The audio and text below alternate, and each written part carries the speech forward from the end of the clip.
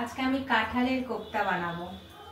কাঁঠালটা প্রথমে আমি সেদ্ধ করে নিয়েছি ছোট ছোট করে কেটে, আর তার মধ্যে আমি একটা আলু দিয়েছি আর 3 চামচ বেসন, আর এটার মধ্যে একটু আমি ছানা করে রেখেছি, এই ছানাটাও মেলাবো, একটু নুন আর একটু হলুদ। আমি এই মাখাটার মধ্যে যে মশলাটা দিয়েছি, একটু জিরে আর একটু ধনে, সব হাফ চামচ করে, আর 3টে কাঁচা লঙ্কা আমি বেটে দিয়েছি, আর হাফ ইঞ্চি আদা। ব্যাস, আমি এটাকে এরকম কোপ্তার আকারে তৈরি করে নেব।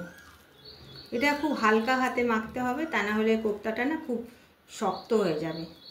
যেহেতু ছানা দিয়েছি ভেতরে, এটা নরমই হবে, তাও একটু হালকা হাতে গোলটা করলে খুব ভালো হয় কোপ্তাটা। আমি কোপ্তাগুলোকে সর্ষের তেলে ভেজে নেব।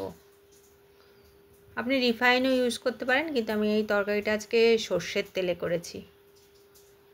এবার আমি কোপ্তাগুলো ভাজার সময় আগুনটা মিডিয়ামে রাখবো। কোপ্তাগুলো বেশি টাইম লাগে না, 6-7 মিনিটের মধ্যে রেডি হয়ে যায়। খুব হালকা হাতে ভাজতে হবে। আমার কোপ্তাগুলো সব রেডি। আমি একটা মশলা রেডি করে রেখেছি, জিরে, ধনে আর হাফ ইঞ্চি আদা আর পাকা পাকা কাঁচা লঙ্কা আমি 4টে দিয়েছি। এটাতে আমার তরকারির রঙটা খুব ভালো হবে। ঘরে পাতা দই আমি দিয়ে দিলাম 4 চামচ, নুন হলুদও আমি এটার মধ্যে দিয়ে দিয়েছি। এবার আমি দইটা দিয়ে আগুনটা কমিয়ে নেব, ভালো করে আমি দইটা দিয়ে ভালো করে কষিয়ে নেব। দইটা দেওয়ার পর আগুনটা একটু কমিয়ে দিলে তাহলে দইটা গুটলি গুটলি হয়ে যায় না, মশলার সাথে বেশ ভালো করে মিশে যায়। এবার এটা ভালো করে আমি কষিয়ে নিলাম। কষিয়ে নিয়ে আমি এটাতে 2 কাপ গরম জল দিয়ে দেবো। প্রথমে একটু মশলা ধোয়া জলটা দিয়ে দিয়েছি, মিক্সি ধোয়া, তারপর এটাতে হালকা উষ্ণ গরম জল 2 কাপ দিয়ে দেবো।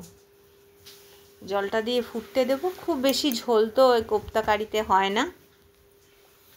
এবার আমি কোপ্তাগুলো এটাতে মিলিয়ে নেব।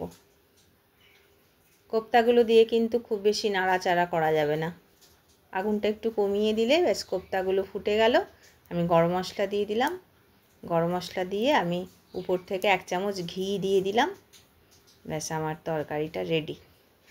তো খেতে খুবই সুস্বাদু হয়, যেহেতু এটার মধ্যে কোপ্তাটার মধ্যে একটু ছানা অ্যাড করা আছে, এটার টেস্টটাও অন্যরকম হয় আর খুব নরম হয় কোপ্তাগুলো। ব্যাস, আমার কোপ্তা কারি রেডি। একবার বানিয়ে দেখুন, একদম খুবই ভালো লাগবে।